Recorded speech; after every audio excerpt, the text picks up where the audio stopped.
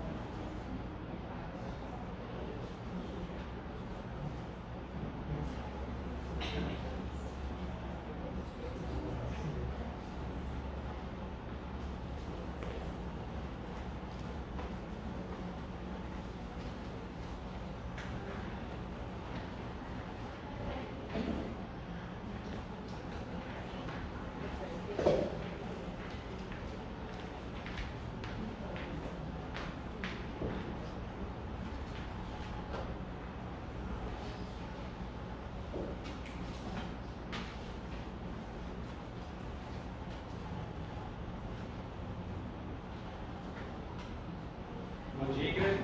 Bom dia. Vamos dar início à nossa escola dominical, então. Vamos ficar em pé para nos orarmos ao Senhor. Amado Deus, nós queremos dar graças ao Senhor por mais esse dia de vida, agradecer pela Sua presença aqui, por nos trazer aqui para ouvirmos a Tua palavra, para mais essa escola dominical.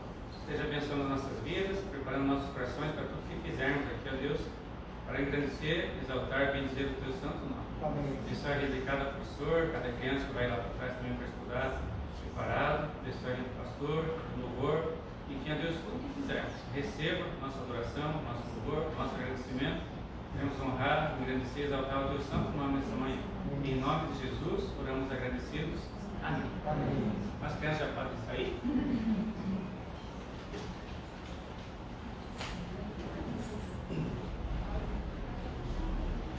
nós em pé vamos cantar então, louvar o nosso Senhor. Quero louvar-te sempre mais e mais, quero amar-te e quero servir-te. Amém?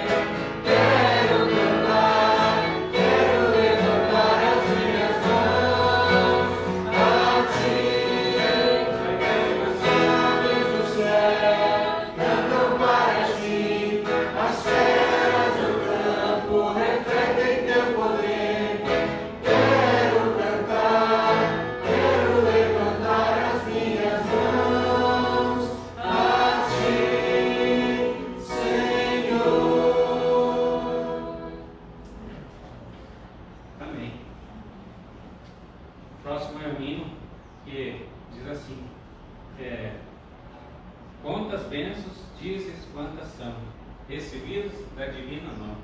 Vem dizê-las todas de uma vez, e virás surpreso quanto Deus já fez. Amém? Vamos cantar o Senhor.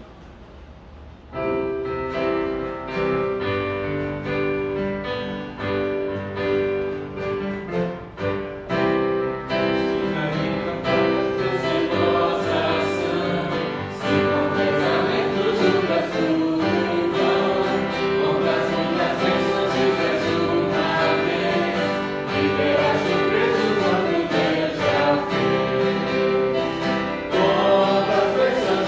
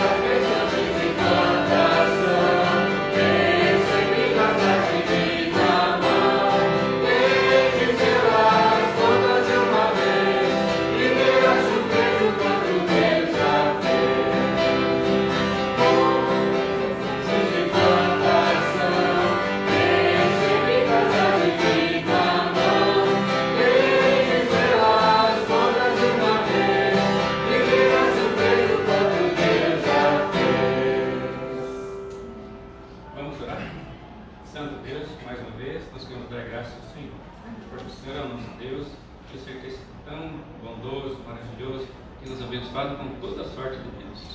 Nós queremos nessa manhã pedir que você esteja falando conosco através da sua palavra, abençoando as nossas vidas, usando o teu servo que vai ministrar, e tudo que fizermos seja para engrandecer o teu santo nome. Abençoa a tua igreja, abençoa as nossas vidas nessa manhã. O último canto diz assim: que as palavras dos meus lábios, o meditar do meu coração, agrade a ti, Senhor. Vamos cantar.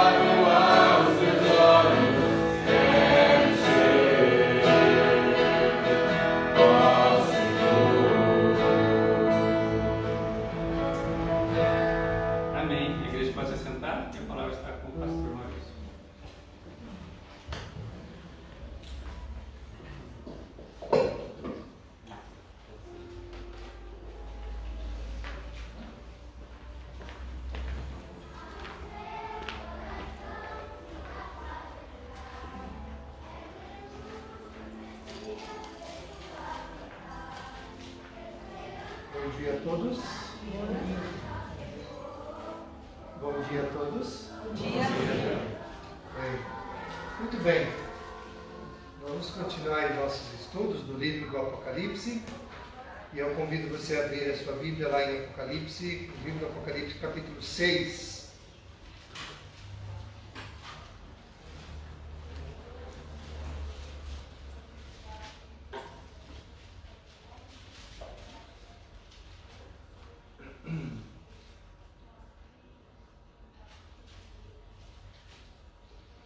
Vamos só fazer uma recapitulação aqui. Bom, no capítulo 1, nós vimos que João é chamado para falar a respeito das coisas que acontecerão. Certamente acontecerão. E depois disso, então, o Senhor mostra que Ele está no meio das igrejas. É Ele quem tem todo o poder. Ele tem a chave e o controle de todas as coisas. Desculpa. E então ele também começa a falar a respeito das cartas às igrejas. Isso vai até o capítulo de número 3. A partir do capítulo 4, nós temos a exaltação primeiro do nosso Deus, o Deus Pai. Nós vimos a respeito de alguns círculos, né? E esses círculos falavam a respeito da glória que era dada, né? Através de seres viventes, através dos anjos, através dos 24 anciãos. Então, cada um, uma espécie de círculo, e no centro, o trono, aquele que se assenta no trono. Então, está falando mais a respeito de Deus, o Pai, e a glorificação, porque adoram a Ele todos os seres viventes. No capítulo 5, fala então a respeito do Cordeiro. Quem é digno de abrir os selos? E aí no capítulo 5, então, fala a respeito disso. E entoava um novo cântico, dizendo: digno és de tomar o livro, abrir-lhes os selos, porque foste morto e com teu sangue compraste para Deus os que procedem de toda a tribo, língua, povo e nação. Isso está lá no capítulo 5, verso de número 9. Ainda no capítulo 5, verso de número 13, diz: então ouvi que toda criatura que há no céu e sobre a terra, debaixo da terra, sobre o mar e tudo que neles há, estava dizendo: aquele que está sentado no trono e ao Cordeiro seja o louvor, a honra, a glória, o domínio dos séculos dos séculos. Então vocês vão ver que tanto aquele que se assenta no trono como o Cordeiro é digno de toda a glória. A partir do capítulo 6, nós temos então uma mudança para falar um pouco a respeito daquilo que vai acontecer. Por que isso aconteceu até agora? Aconteceu para que pudesse, aquele que lesse, né, o Apocalipse, pudesse entender que Deus tem o controle de todas as coisas, que nada foge ao seu controle, que tudo vem determinado, né, que tudo está ou permitido por Deus ou determinado por Deus. E aí as coisas que vão acontecer e que já estão acontecendo, nós não podemos tomar por surpresa ou achar que Deus não está na sala do trono, Ele tirou férias, né? Nós estávamos falando alguns dias atrás sobre isso. Será que no ano de 2020, como foi na Idade Média e alguns outros anos, na Segunda Guerra Mundial, será que Deus tirou férias e deixou a humanidade para se fazer o que quiser, né? A gente sabe que não, né? Mas o capítulo 6, então nós temos a abertura desses selos. Vocês lembram que nós falamos a respeito de algumas correntes de interpretação? A corrente amilenista, ela traz uma expressão a respeito, a partir do capítulo 6, para falar então no capítulo 4 e 5, dizendo o seguinte: aquele que foi morto, mas ressuscitou, subiu ao céu. E quando ele subiu, o Espírito Santo desceu. Um sobe para que o outro desça. E quando ele desce, o Espírito Santo, e quando Jesus sobe, ele é glorificado. Então, todo esse plano de salvação, ele tem o nascimento, primeiro a vinda de Jesus lá do céu, a sua humilhação, né? O esvaziar-se de Deus, nascer entre nós, viver entre nós, dar a vida pelo pecador, ressuscitar ao terceiro dia, ir ao céu, né? Ser glorificado e dado a Ele, então, o destino de todas as coisas. A visão amilenista, ela trata do capítulo 6 desta forma, como se os dias do milênio já estivessem acontecendo. Desde quando? Desde que Jesus subiu. Desde que Jesus foi glorificado lá no céu. E aí vocês vão ver algumas coisas, a gente vai ver várias interpretações, porque nós vamos falar hoje a respeito dos 4 cavaleiros.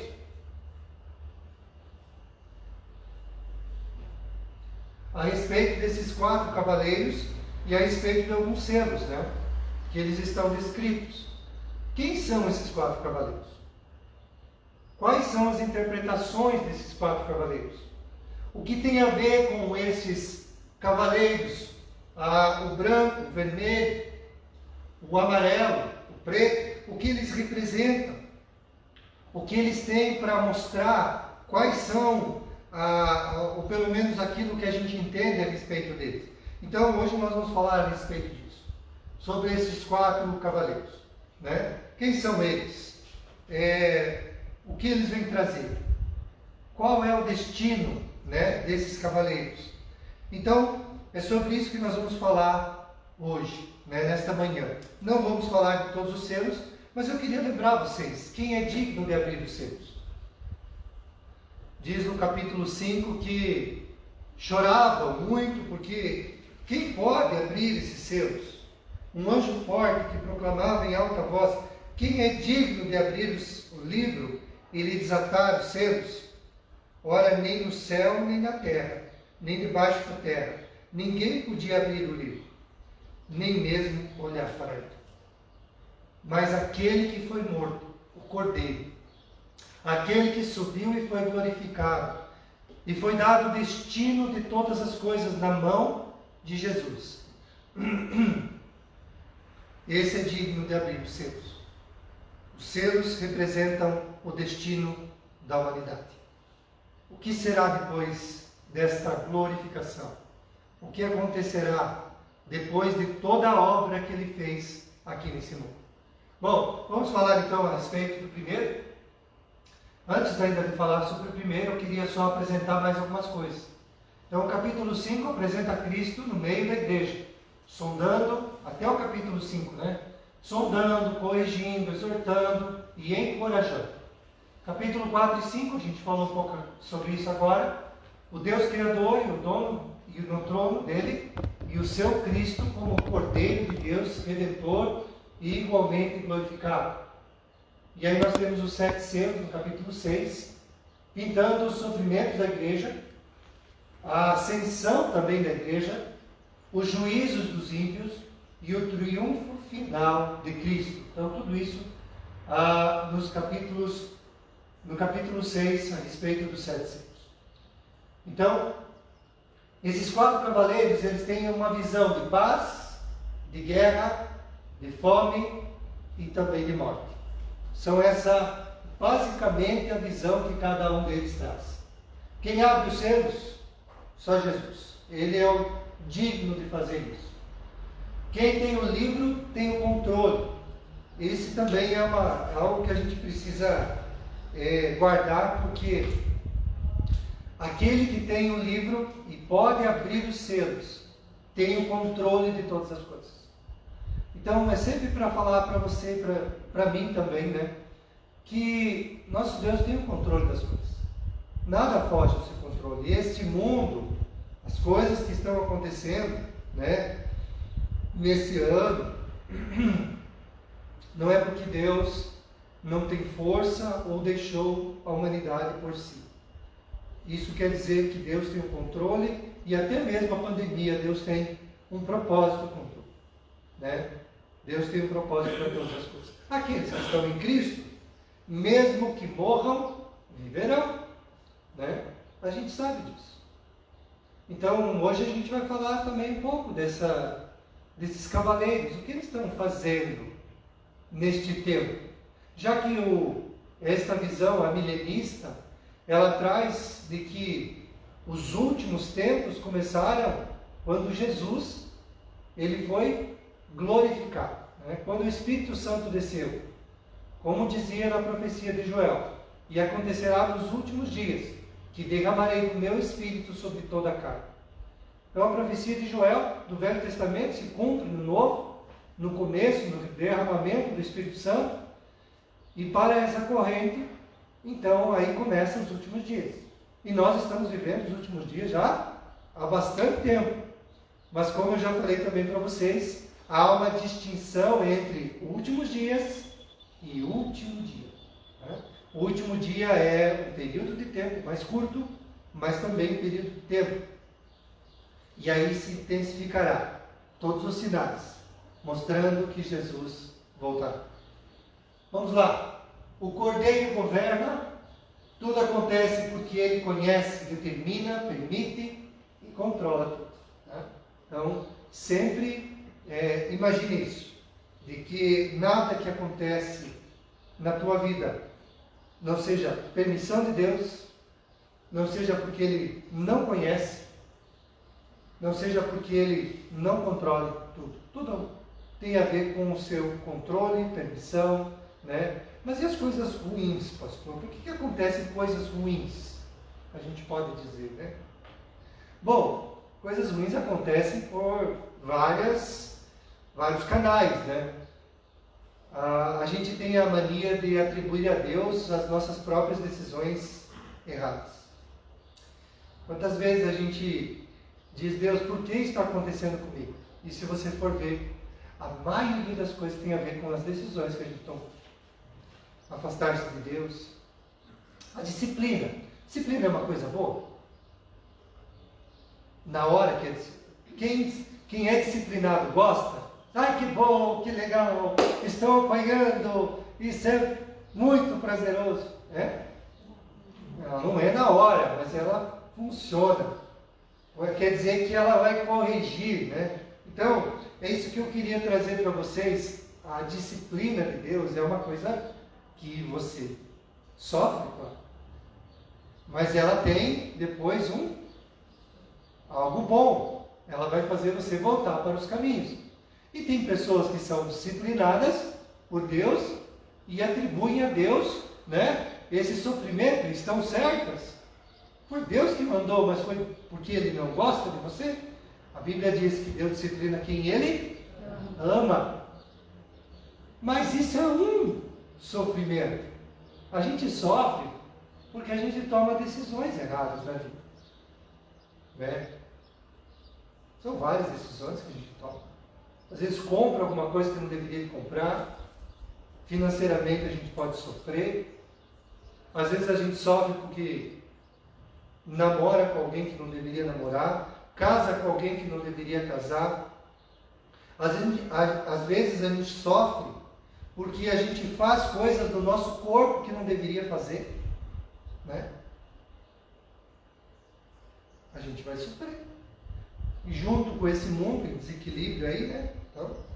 Então o sofrimento ele vem por várias formas, e a grande maioria delas não tem nada a ver com Deus, mas com a sua permissão apenas. Deus permite. Mas para aquele que está em Cristo Jesus, o sofrimento desse mundo vai passar. E aí um dia você estará com Cristo. Veja o sofrimento que é causado pelo ataque de Satanás. Nós temos um caso claro de Jó. Jó é atacado, né, por Satanás pela permissão de Deus. Ele sofre, mas também tem algo atrás disso. No final ele diz, eu te conhecia só de ouvir. Pense um homem que é elogiado por Deus. Você viu meu servo Jó? Homem íntegro, reto, temente a Deus, que se desvia do mal. E depois deste homem, e a gente vê que é um homem do Oriente, o cara mais devotado a Deus. E no final ele diz assim, eu conheci o Senhor só de ouvir. Você veja como a gente pode conhecer e progredir a conhecer a Deus cada dia mais. Então, sofrimentos eles vêm. E é isso que a gente precisa entender. Tudo acontece porque Ele conhece. Ele determina, permite e controla tudo. Nada do que acontece não tem a ver com aquilo que Ele vê. Seus olhos são como chama de fogo. Então, não atribua a Deus os sofrimentos. Alguns sofrimentos, você pode dizer, não, eu estou sendo provado por Deus. Ok? E a provação vem. E a provação traz dor, traz dificuldade. Né? Então pode atribuir a Deus isso.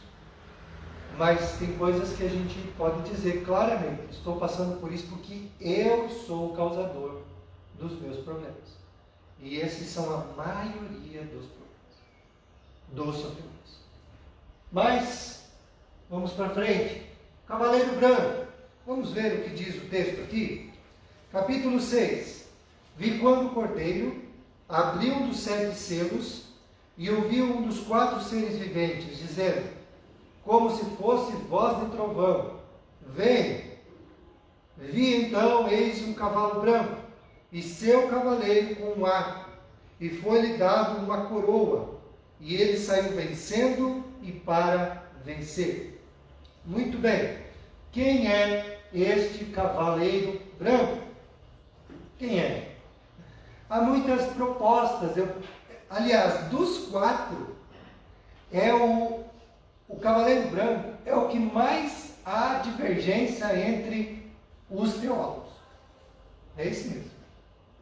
Entre os 4 cavaleiros, o primeiro, o branco, é o que mais se diz que é isso, é aquilo, é aquele outro, dos 4. Os outros 3, eles são mais claros, né? Mas o primeiro, né? Só para vocês terem uma ideia, a visão pré-milenista, a visão amilenista, ela diverge entre pelo menos 2 figuras. Sendo Cristo o vencedor, o cavaleiro branco, e também sendo o evangelho que saiu para vencer. Então, a visão mais clara milenista, ela diz a seguinte: olha, o cavaleiro branco é o evangelho. Porque quando Cristo subiu ao céu, abriu o primeiro selo, esse cavaleiro que saiu para o mundo afora, o evangelho saiu para vencer. E por onde ele foi, ele fez aquilo que deveria fazer. Veja, o evangelho, ele está em toda parte do mundo. Ele ainda deve chegar em toda a sua totalidade. Mas nós temos crentes na Coreia do Norte, o país mais fechado do mundo. O país mais fechado do mundo, lá tem crente. Um homem, agora eu estava lendo ontem, que um homem, por um pesqueiro, né, da Coreia do Norte, escutou uma rádio que não era da Coreia do Norte, estrangeiro. E depois souberam, né, sempre tem os que... E ele então disse, eu escutei mesmo. Ele foi fuzilado, foi morto, por causa disso. Só por escutar. Mas mesmo nesse país tão fechado, e há tanto tempo fechado, lá tem crentes. Isso não quer dizer que as pessoas, por exemplo, os pregadores podem ser barrados, mortos, mas o evangelho ele vai e ele é vencedor. Né? Mas há uma outra visão, que é essa visão que é a figura de Cristo vencedor. E eu queria falar um pouquinho também sobre isso. Olha, veja a visão então destes 2 teólogos. Eles interpretam o cavalo branco como seu cavaleiro, sendo o anticristo. Veja, são pessoas que estudam a Bíblia, são exegetas. E eles dizem que o cavaleiro branco é o anticristo. Mas não tem muito amparo para esta, pelo menos na minha visão, e daquilo que eu tenho ouvido, não há muito amparo para ser o anticristo. Porque no Apocalipse você nunca vai ver o branco sendo representado pelo maligno. E nós já vamos ver isso. William, ele interpretou o cavalo branco como as conquistas militares. George interpretou o cavalo branco como sendo a pregação do evangelho em dimensões universais. Então, isso aqui tem a ver mais com o amilenismo. E o William Hendricks interpretou o cavalo branco como seu cavaleiro, sendo o próprio Jesus Cristo. Então, são várias interpretações. Mas as melhores delas, eu já diria para vocês, ou é o evangelho, ou é o próprio Jesus. Então, vamos ver algumas questões a respeito disso. Como figura do Cristo vencedor. Sempre que Cristo aparece, Satanás se agita com uma sequência de cavaleiros que vem depois. Então, veja, vem o cavaleiro, e esse cavaleiro, ele aparece, depois vem Satanás, né, trazendo suas, como é que eu posso dizer, as coisas ruins que vem depois, né? Então seria mais ou menos essa a ideia. As palavras podem aplicar-se a Cristo. Branco, ele tem coroa, ele saiu vencendo e para vencer. No capítulo 1, verso 14, fala dos seus cabelos brancos. No capítulo 2, verso 17, sobre a pedrinha branca. Capítulo 3, 4, 5 e 18, fala ruas brancas. Nuvem branca, capítulo 14, verso 14, cavalos brancos. 19, 11 e 14, trono branco. 20, 11.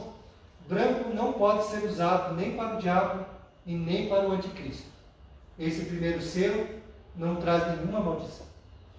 Então ele vem trazer algo bom.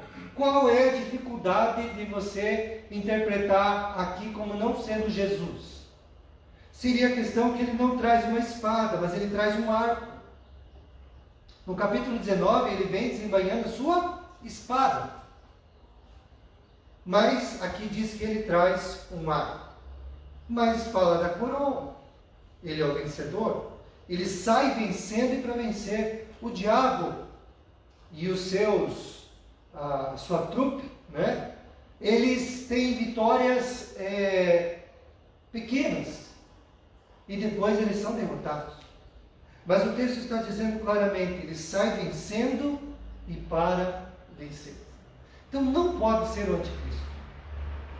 Por isso, o mais claro que a gente pode entender que seria o próprio Jesus ou o Evangelho. O Evangelho daria mais certo na visão milenista, por quê? Porque Jesus subiu ao céu, o Espírito Santo desceu, guiou os seus discípulos para pregar o Evangelho.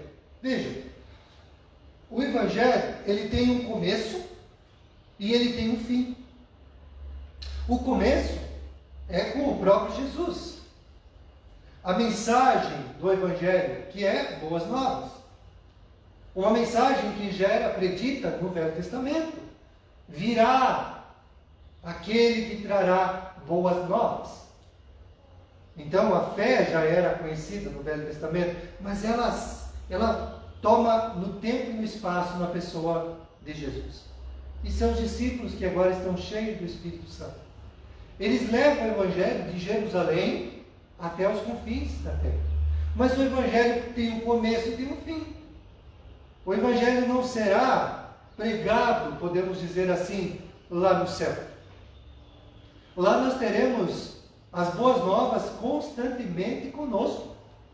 É o próprio Deus. O Evangelho tem a ver com esse mundo. O Evangelho tem a ver com conquistar corações. O Evangelho tem a ver com o reino de Deus. Toma um pouquinho.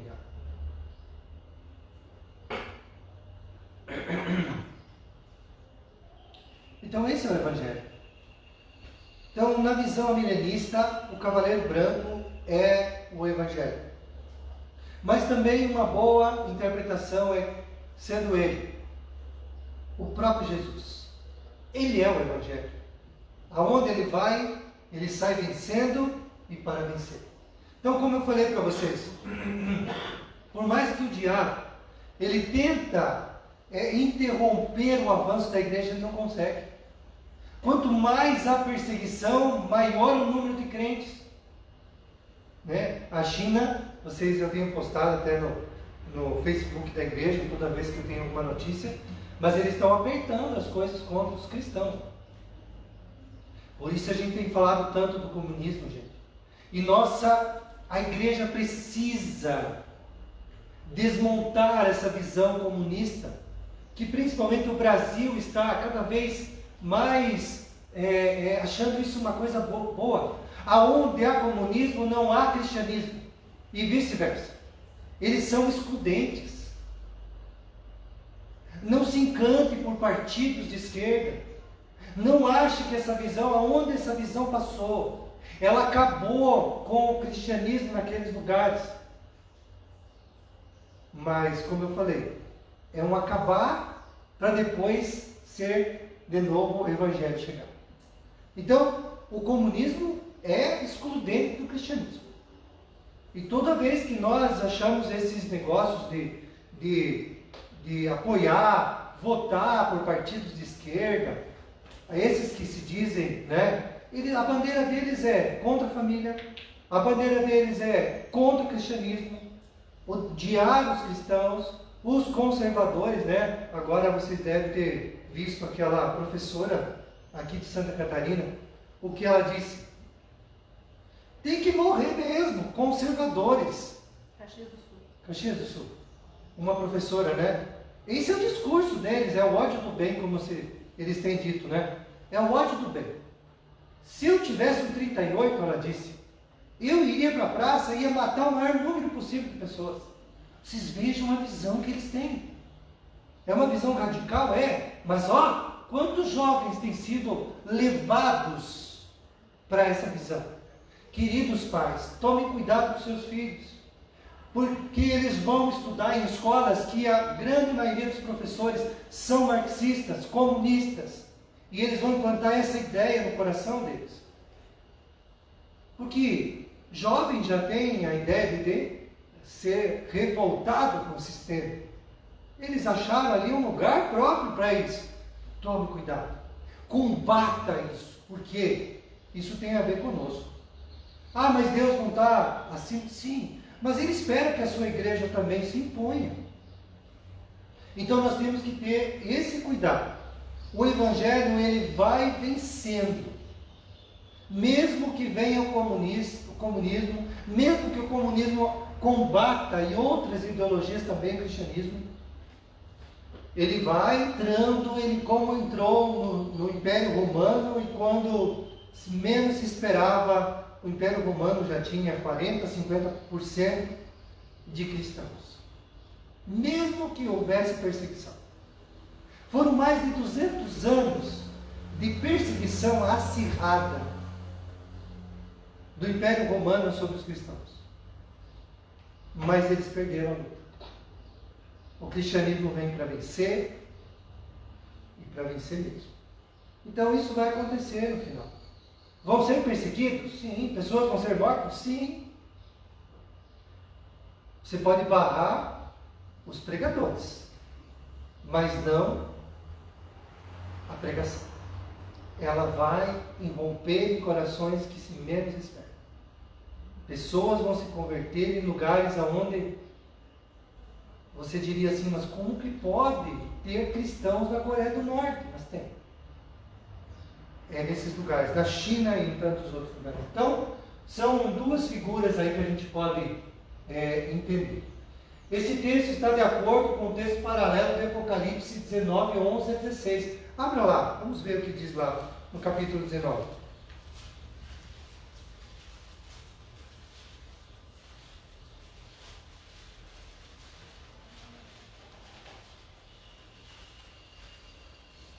Capítulo 19, 11 a 16, diz o seguinte: Vi o céu aberto, e eis um cavalo branco, seu cavaleiro se chama Fiel e Verdadeiro, julga e peleja com justiça. Seus olhos são como chama de fogo, e sua cabeça há muitas diademas. Tem um nome escrito que ninguém conhece, senão ele mesmo.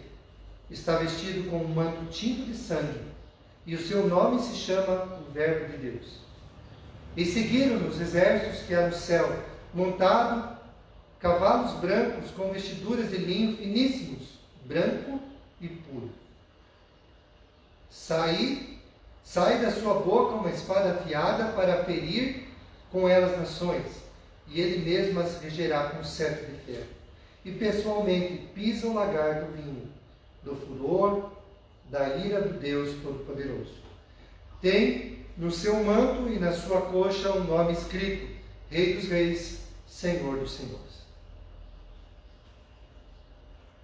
Então, para essa visão de que seja Cristo o vencedor, então, capítulo 19 também fala a respeito desse cavaleiro, né? A única coisa é que no capítulo 19 há uma espada nas suas mãos. E aqui há um arco, né? Mas nesse sentido aqui. Esse texto está de acordo também com o tema geral do livro, a vitória de Cristo. Ele é o leão da tribo de Judá que venceu. Capítulo 5, verso 5, um pouco antes ali, fala a respeito disso. Todavia, um dos anciãos me disse: não choreis, eis que o leão da tribo de Judá, a raiz de Davi, venceu para abrir o livro e os seus 7 selos. Então, tem a ver também com isso. A espada do cavaleiro está de acordo com Mateus 10:34. Cristo vence com sua palavra. Isso lá no capítulo 19, né? E vence com o Evangelho. Seriam armas de guerra, né? Nesse caso. Então, o cavaleiro branco, ele tem a ver com talvez 2 coisas.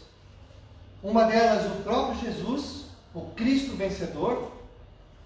Outra seria o Evangelho, que Cristo, quando é levado aos céus, abre os selos do destino dos homens e o Evangelho sai de Jerusalém através da operação do Espírito Santo na vida dos seus discípulos. Tem um começo e vai ter um fim. O dia em que a pregação cessará, porque Cristo voltará. Né? Então nós temos aí essas 2 concepções. Ser um anticristo, ser conquistas militares, é mais difícil que seja isso, né? Os dispensacionalistas, então, eles vão falar um pouquinho mais sobre o anticristo, né? Talvez. Então, são visões. Eu não estou aqui para dizer é isso. Eu estou dizendo que a mais coerente delas é essa, tá? Então, por quê?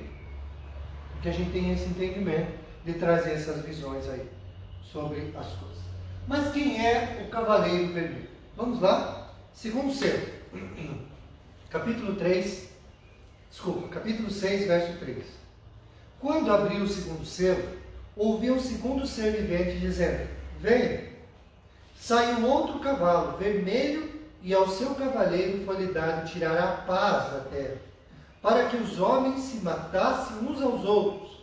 Também lhe foi dado uma grande espada. Quem é esse cavaleiro vermelho? Foi dado que tirasse a paz da terra. E também foi dado uma grande espada.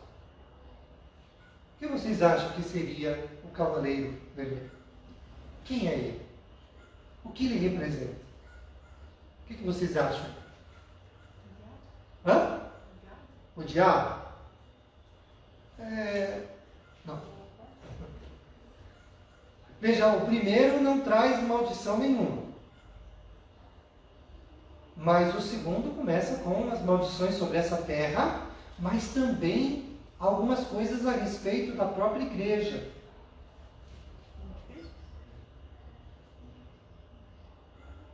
O cavaleiro representa as guerras.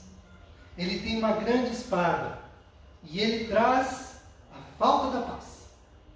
O que uma guerra faz? E essa guerra que eu queria dizer para vocês não é apenas a guerra em si entre os homens, mas a guerra contra o Evangelho também, né? Então a gente sabe que o homem, ele faz um monumento para a paz e começa uma nova guerra. Ele gosta, a gente tem isso dentro da gente. Constantemente a gente está em guerra. Ou é contra a gente mesmo, ou é contra alguém, ou é contra Deus. A guerra vem pelo pecado. Esse cavaleiro, ele traz a intensificação da guerra. Ele traz a matança, a falta de paz. Aonde a guerra vem, ela traz um monte de coisas junto. A gente vai ver dos outros cavaleiros. Ela traz um subproduto, né? A guerra vem um subproduto. Vem principalmente a falta de paz. Então nós poderíamos dizer que são 2 coisas. Mas também a perseguição do povo de Deus ao longo dos séculos. O futuro será um período de guerras e rumores de guerras, de conflitos, perseguição até a morte. Nós falamos de uma interpretação que era o pós-milenismo. O pós-milenismo dizia o seguinte: o cavaleiro branco vem, e ele é o Evangelho, e ele vai mudando todo mundo, ao passo de trazer a paz para o mundo. E de fato, principalmente no século XVII, XVIII e no século XIX, a gente viu uma intensificação da pregação do Evangelho e transformação de alguns países pela palavra de Deus. Mas aí veio o século XX. E no século XX, as duas maiores guerras que o mundo já viu. E a matança de milhões de pessoas. Alguns dizem que foi entre 18 e 25 milhões de pessoas mortas na Primeira Guerra. Chegou talvez até 80 milhões na Segunda Guerra. Foi muita gente morta no século XX. Foi o século da guerra. Mas isso sem falar das outras guerras que existiram. Teve países que lutaram por 100 anos, a Guerra dos 100 anos, né, entre a França e a Inglaterra. Então, guerra é uma coisa que o ser humano sabe fazer muito bem. Entrar em guerra contra alguém. Isso tem a ver. Mas esse Cavaleiro Vermelho ele fala da guerra, mas também da perseguição. E o século XX foi o século que mais morreu mártires no mundo. Há a estimativa, né, de alguns grupos, né, cristãos sobre a morte de cristãos, e eles falaram no século XX como uma perseguição implacável. A morte de milhões. Também por conta do comunismo. Mas isso também aconteceu em outros tempos. A perseguição sempre aconteceu. Mas você pode barrar o pregador, mas não a pregação. Perseguição pelos judeus, pelos romanos, pela Inquisição, perseguição na pré-reforma, perseguição na pós-reforma, França e Inglaterra. Alguns dizem que foram mortos na França, na noite de São Bartolomeu, né? Mais de 100 mil guinotes. Alguns divergem sobre esse número, 80 mil, 60 mil, mas foi muitas pessoas que foram mortas. Os huguenotes eram seguidores de Cristo, crentes na França. Só numa noite foram mortos. Milhares, numa noite, pela perseguição ao Evangelho. Perseguição pelo nazismo, fascismo e principalmente o comunismo. Perseguições atuais, o maior número de mártires da história, né, século XX. Esse cavaleiro tem uma grande espada, e essa espada, ela se chama, né, no original, machado, era o cutelo sacrificador. A paz foi tirada da terra para que os homens se matassem uns aos outros. Não há paz em parte alguma. O príncipe da paz foi rejeitado. A perplexidade entre as nações. Esse cavalo vermelho descreve o espírito da guerra. Então, a maioria fala a respeito da mesma coisa. O cavaleiro vermelho, esse é a guerra. O derramamento de sangue. Aquele que derrama muito sangue. E as guerras fizeram isso durante todo esse tempo. Então, esse é o Cavaleiro Vermelho. E para a gente, eu não vou ler agora porque a gente não vai ter tempo para isso, mas Mateus 24, 4 e 5 fala de rumores de guerras, capítulo 6, de 6 a 7 também. Vai falando a respeito disso, de como este cavaleiro vai trazer a falta da paz. Graças a Deus, assim, a gente não tem visto a guerra em si, né? Provavelmente ninguém passou por isso, mas países que passaram por isso, como isso destruiu a civilização e como trouxe tantas outras coisas junto com a guerra. Quem é esse cavaleiro preto? E aí nós temos o terceiro selo. Quando abri o terceiro selo, ouvi o terceiro ser vivente dizendo: Vem. Então vi, e eis o cavalo preto, e o seu cavaleiro com uma balança na mão. E ouvi como de uma voz no meio dos 4 seres viventes, dizendo: uma medida de trigo por 1 denário, 3 medidas de cevada por 1 denário, e não danifiques o azeite e o vinho. E agora? Quem é esse cavaleiro? O branco, ou é Jesus, ou é o Evangelho que sai para vencer, porque ele é vencedor. O cavaleiro vermelho, quando Cristo se levanta, se levantam também aqueles que vêm contra o Evangelho. A guerra. Né? Agora, o cavaleiro preto. O que vocês acham que o cavaleiro preto representa? Aqui ele dá uma dica. Ele tem uma balança na mão e uma medida de trigo por 1 denário, 3 medidas de cevada por 1 denário. O que vocês acham que quer dizer isso? Poder. Hã? Poder? O que mais? Fome. O cavaleiro preto, ele representa a escassez, a pobreza e a fome. Ele representa isso por conta dessas duas coisas que andam juntas, a fome e a guerra. Vocês sabem muito bem que a Segunda Guerra Mundial ela matou talvez mais pessoas de fome do que pela guerra em si. Teve cidades sitiadas pelos nazistas, onde as pessoas tiveram que comer o resto das pessoas que morreram. Foi terrível. Estude um pouquinho sobre essas guerras, você vai ver que o subproduto da guerra é a fome. Os campos são destruídos. Aonde passavam, né, as tropas, eles eram como gafanhotos, ou eles comiam tudo, ou eles destruíam tudo. E principalmente em países como na Europa, onde são frios, eles só têm uma oportunidade para plantar. É só na primavera e no verão. O inverno vem e mata tudo. Eles teriam mais, praticamente 1 ano para poder fazer alguma coisa para comer. Então a fome você não imagina, acho que ninguém aqui passou fome na vida. Alguém passou fome na vida? Nele passou fome. Temos um exemplar vivo. Passar fome. Hã? E está vivo. Tem uns que vão ficando sem comer, para ver se acostuma. Quando se acostuma, morre. Tem essa história aí. Você sabe o que é fome. Talvez os mais velhos tiveram escassez. Né?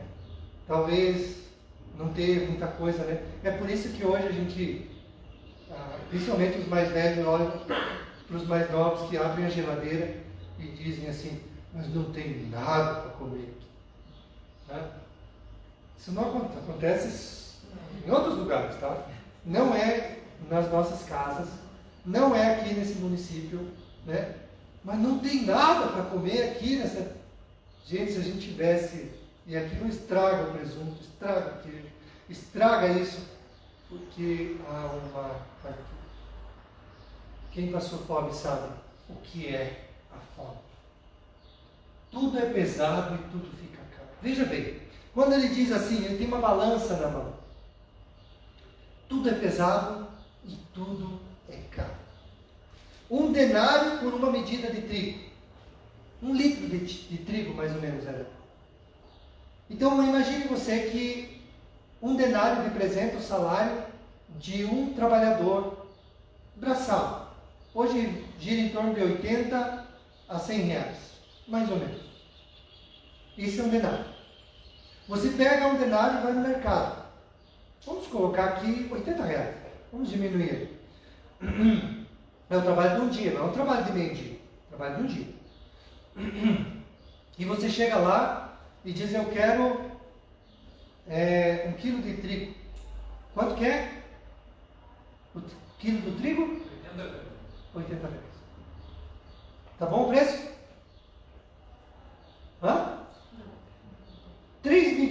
cevada. A cevada fazia o pão do pobre. Quando Jesus multiplica pães e peixes, o menino que ele tinha pães de cevada, quer dizer, o pão do pobre. 3 medidas de cevada, 3 quilos de cevada, 80 metros. É isso o que está acontecendo também. Nós estamos e vamos viver, ainda estamos falando a respeito da fome que se multiplicará por causa da pandemia. Né? Nós temos países, o Brasil, nossa, é difícil passar fome nos nossos dias. Vamos ser bem sinceros.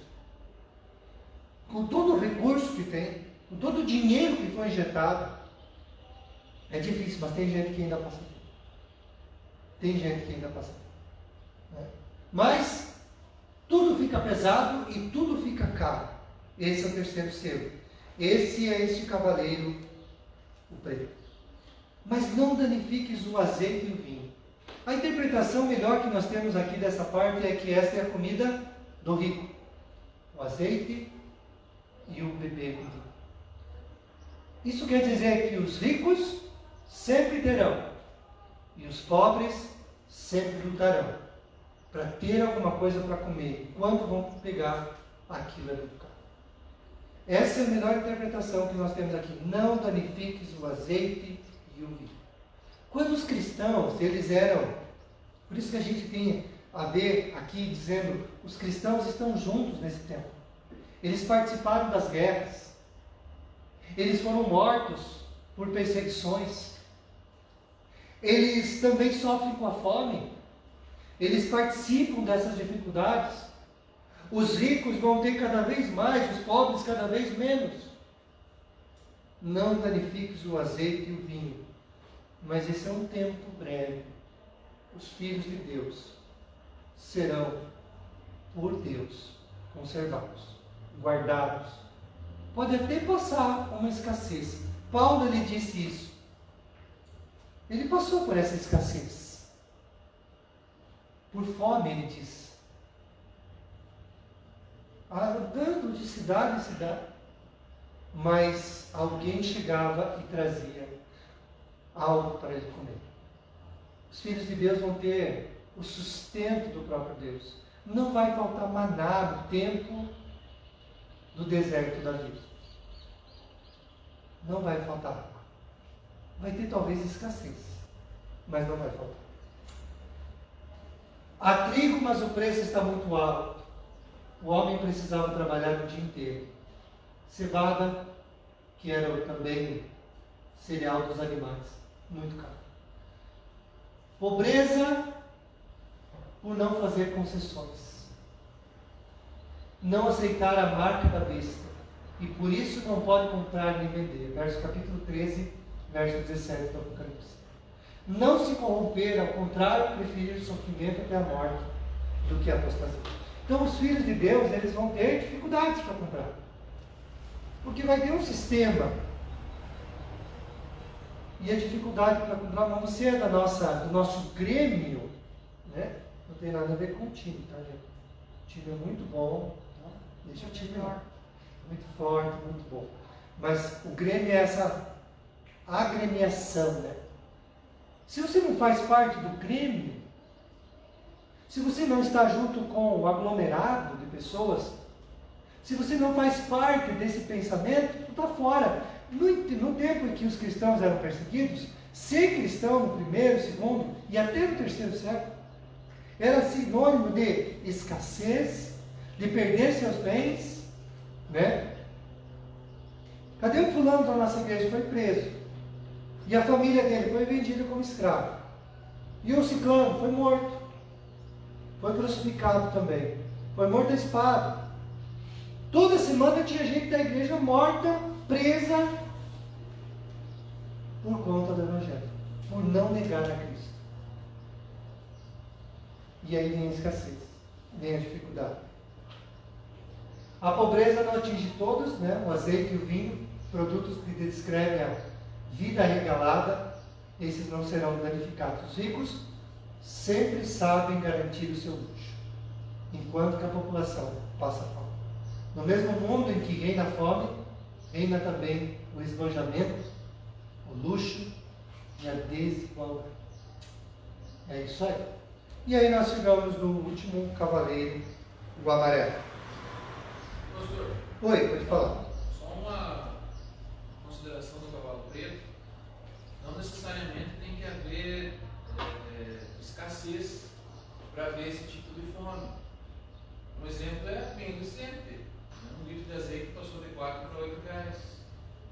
Um quilo de trigo dobrou de preço da mesma proporção. Então, pode ser que haja o alimento, mas ele vai ficar caro por situações econômicas. Né? Seria o salário de um denário dia ia comprar um quilo de trigo, e um quilo de trigo dá para fazer a comida para um só. Como é que é isso? Supervalorização do produto, né? Por causa do mercado. É isso com a gente viu agora, né? Todos, não só o preço do óleo, mas principalmente daqueles derivados de soja, como subiu tudo, né? Como dobrou, mais que dobrou, né? Não, dobrou.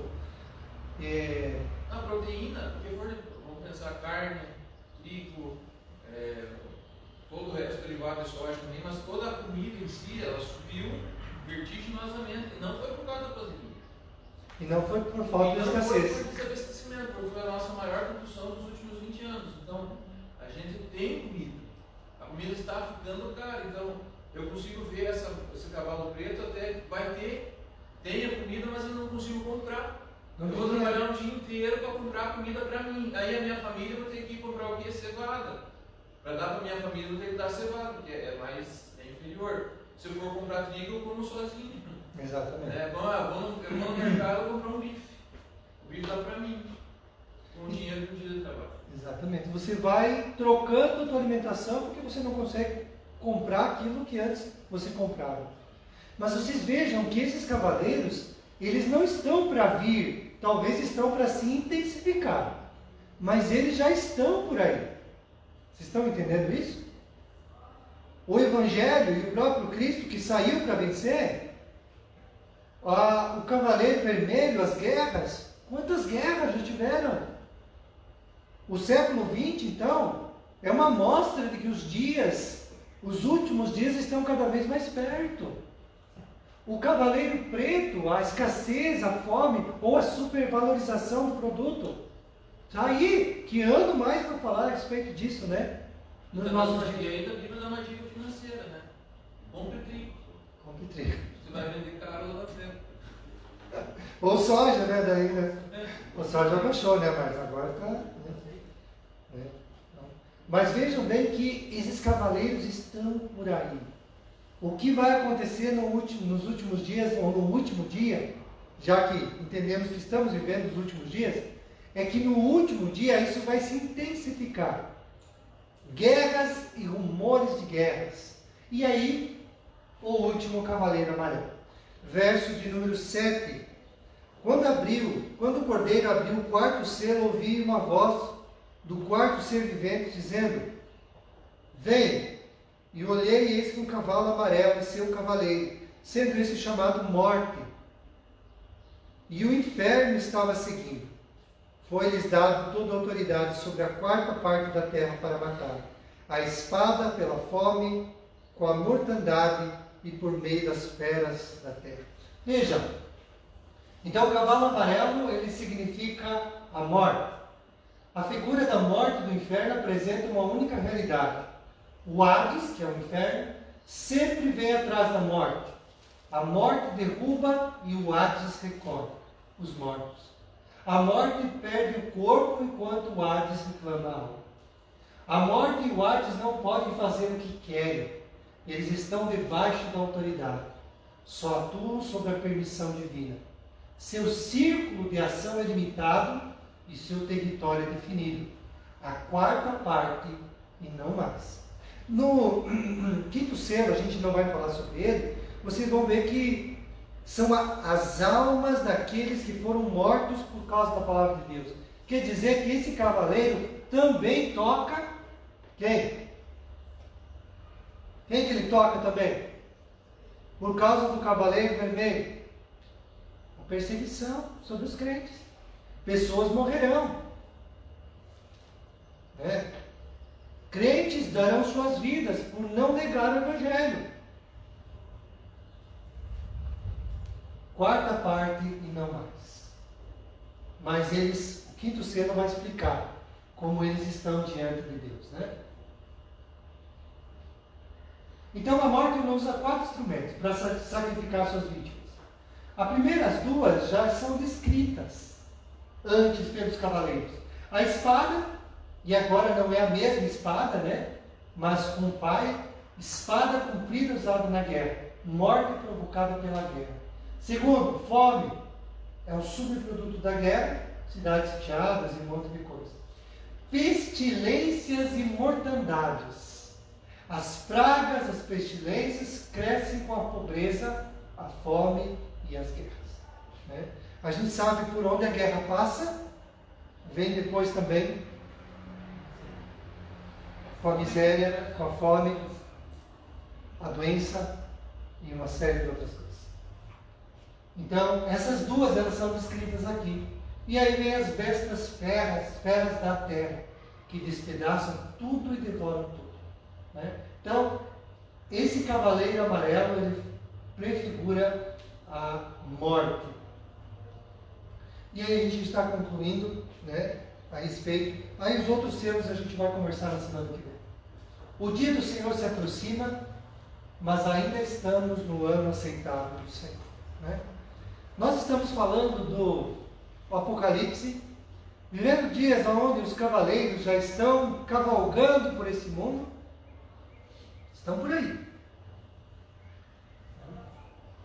A gente tem visto isso de forma intensificada. Cada dia mais.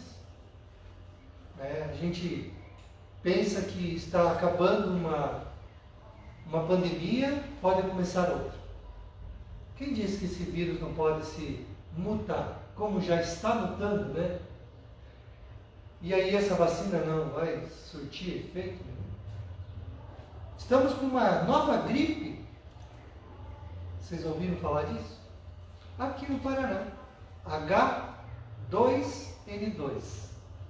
Gripe que vem dos porcos. Já tem 2 casos. Né? Pode se tornar uma pandemia? Bom, quem achava que aquele negócio saía da China, né? A gente mais ou menos achava, né? Então, a gente tem que entender uma coisa. Nós estamos num ano aceitável, mas a porta vai se fechar. O Evangelho, ele começou, mas ele também terminará de ser pregado. Quando isso vai acontecer, não sabemos. Mas o Apocalipse torna claro que os dias estão cada vez mais intensificados. Cada vez está mais perto esse dia do Senhor. E nós precisamos pensar na nossa vida. Não é sobre aqueles que ainda precisam receber a Jesus. E esse é um chamado para a igreja. Você tem vivido como com Cristo? Mais ou menos? Eu postei alguma coisa na igreja lá, a respeito de que você pode nascer na igreja, batizar na igreja, casar na igreja, morrer, ter o seu velório aqui e acordar no inferno. Porque se a igreja for para você ter o Salvador, é isso que vai acontecer. Mas se for Cristo, e algumas pessoas, elas dizem que Jesus é o seu Salvador, mas a vida não condiz. Vamos ser categóricos. Não há vida com Cristo. Ah, mas eu oro e faço... Tem muita gente aí fora que não crê e também faz isso. Que tipo de vida você tem vivido? Não dá para brincar com Deus. Não dá para achar que Deus eu vou no último dia ali, Ele vai salvar todo mundo. Ele está proclamando aos 4 ventos, dizendo: resolve essa tua vida, não anda na periferia. As cartas às igrejas, elas são claras para dizer que Ele vai julgar o mundo. E se você estiver vivendo no mundo, você vai ser julgado com Ele. E não adianta chegar e dizer: Jesus, eu em teu nome fiz isso. Ele vai dizer: eu não conheço você. Você já pensou que sério é isso? Não dá para brincar na vida cristã. Não dá para viver na periferia. Ou você resolve a tua vida espiritual e anda com Jesus de fato, ou não tem outra esperança. Essa é a mensagem do Apocalipse. A mensagem que Jesus está chamando pessoas para viver com Ele, para andar com Ele, para fazer o que Ele fez. Mas não para ser crentes raimundos. Quando está lá no mundo, faz o que eles fazem, vão nas festas deles, bebem com eles, fazem o que eles fazem, falam as mesmas palavras, contam as mesmas piadas, mas quando está na igreja, aí tem outra, né? Não dá para ser assim. Tem que resolver para que lado vai. E nós temos pego pesado aqui na igreja a respeito disso. Você tem que escolher para que caminho você vai. Está na hora de você decidir com quem você vai viver. É com Jesus? Então viva com Cristo. Abandone o pecado, abandone essas companhias. Pare de viver nesse submundo entre Deus e o diabo, entre o mundo e as coisas de Deus. Tem que resolver o que quer. Crente morno, o Senhor já disse: eu estou a ponto de vomitar da minha boca. Quem dera fosses frio. Muito melhor se fosse crente, se fosse quente, mas morno. Olha, gente, como pastor eu consigo ver o exterior e os frutos, mas Deus, Ele vê o coração e Ele sabe o que está dentro de você. Ele sabe o que acontece aí dentro, mas Ele também sabe onde você tem andado, que pensamentos você tem, e se de fato Cristo é o Senhor da tua vida. É muito fácil, nós aqui como conselho, a gente recebe as pessoas, e aí, você crê em Jesus? Creio, Ele é Senhor, Senhor da minha vida. Mas aí lá fora, aqui é fácil, gente. Aqui é a melhor coisa do mundo para se crer. Aqui a gente tem as mesmas palavras. Eu quero ver você lá com teus amigos. Você consegue evangelizá-los? Você consegue falar do amor de Deus para eles? Ou eles te levam aonde você quer? Você faz o que eles fazem? Tome cuidado, você tem o nome de quem vive, mas pode estar morto. Então tudo isso que a gente tem estudado é para você chamar a atenção. Jesus está às portas. Os sinais desse ano foi um ano que mais ele chamou a atenção para mostrar isso. Jesus está voltando. Você vai continuar brincando com Deus? Vai sair por aquelas portas e dizer: deixa para lá. Amanhã será um novo dia, eu vou fazer as mesmas coisas. Ou você vai se converter de todo o teu coração e andar com Jesus de fato. Vai pagar o preço. E o preço pode ser alto, pode ser nega Jesus ou morre. Né? E aí, você vai dizer o quê? Eu acho que não vale a pena. E se hoje fosse o dia que colocasse você contra uma parede? Num paredão como esse pessoal falou, diz que para conservador, um paredão, como é que é um paredão? Uma pistola, uma coisa assim? É isso, não é um paredão. Nega Jesus? A gente tem negado Jesus no dia a dia, andando com o ímpio e fazendo o que o ímpio faz.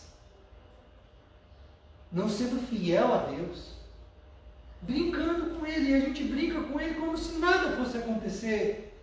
A ira de Deus. Deus é amoroso demais, Ele vai, vem para perto, vai convidando. Ainda estamos no tempo aceitável, mas nós não podemos ficar muito tempo assim. A escolha é hoje. Andar com Jesus é urgente. Se dedicar a Cristo e ao trabalho de Deus é hoje. Não dá para deixar para amanhã, porque se Ele não volta amanhã, pode ser que eu suba para esse encontro com Ele. E aí como é que vai ser? Como que vai ser? Que tal a gente tomar algumas atitudes? Você está disposto a enfrentar perseguição, pobreza, espada, fome, a própria morte, por amor a Cristo e a sua palavra? O dia do Senhor será como luz. Será dia de luz ou de trevas para você? Qual será? Trevas ou luz? Por isso que a gente vem à igreja. que a gente sai daqui advertido que não dá para mais viver do jeito que vive. E olha, meus irmãos, a começar por mim e a se estender por todos nós temos coisas para resolver dentro da nossa casa. E por que não dentro da nossa casa, família? E por que não dentro da nossa casa, igreja? Todos nós. É tempo de buscar Deus. É tempo de não brincar com a fé. Deus, o pastor pode olhar e ver algumas coisas, mas Deus está vendo o que você faz, se tem andado com Ele. Não dá para mentir para si mesmo. Não dá. O diabo quer que você viva do jeito que você está vivendo. Sem buscar muito, sem tomar muita atitude. Vai que o santo desconfie, né? Como diz o outro. Mas Deus está chamando pessoas para andar com Ele de fato. De verdade. E essas palavras que eu estou dizendo hoje, um dia vão aparecer no filme da nossa vida. Serão luz ou serão trevas? Dependendo da decisão que você e eu vamos tomar.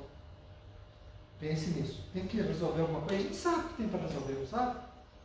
A gente sabe. Ninguém é bobo. O pastor não precisa ficar falando. Nós sabemos. Quais são os pecados que temos que abandonar? O que é que eu tenho que fazer para resolver a minha vida espiritual? Para quem que eu tenho que correr? Nós sabemos. E esse é Cristo. É o vencedor. É esse que nós precisamos. Amém? Vamos orar? Mas antes da gente orar, quero pedir se alguém fez aniversário durante a semana.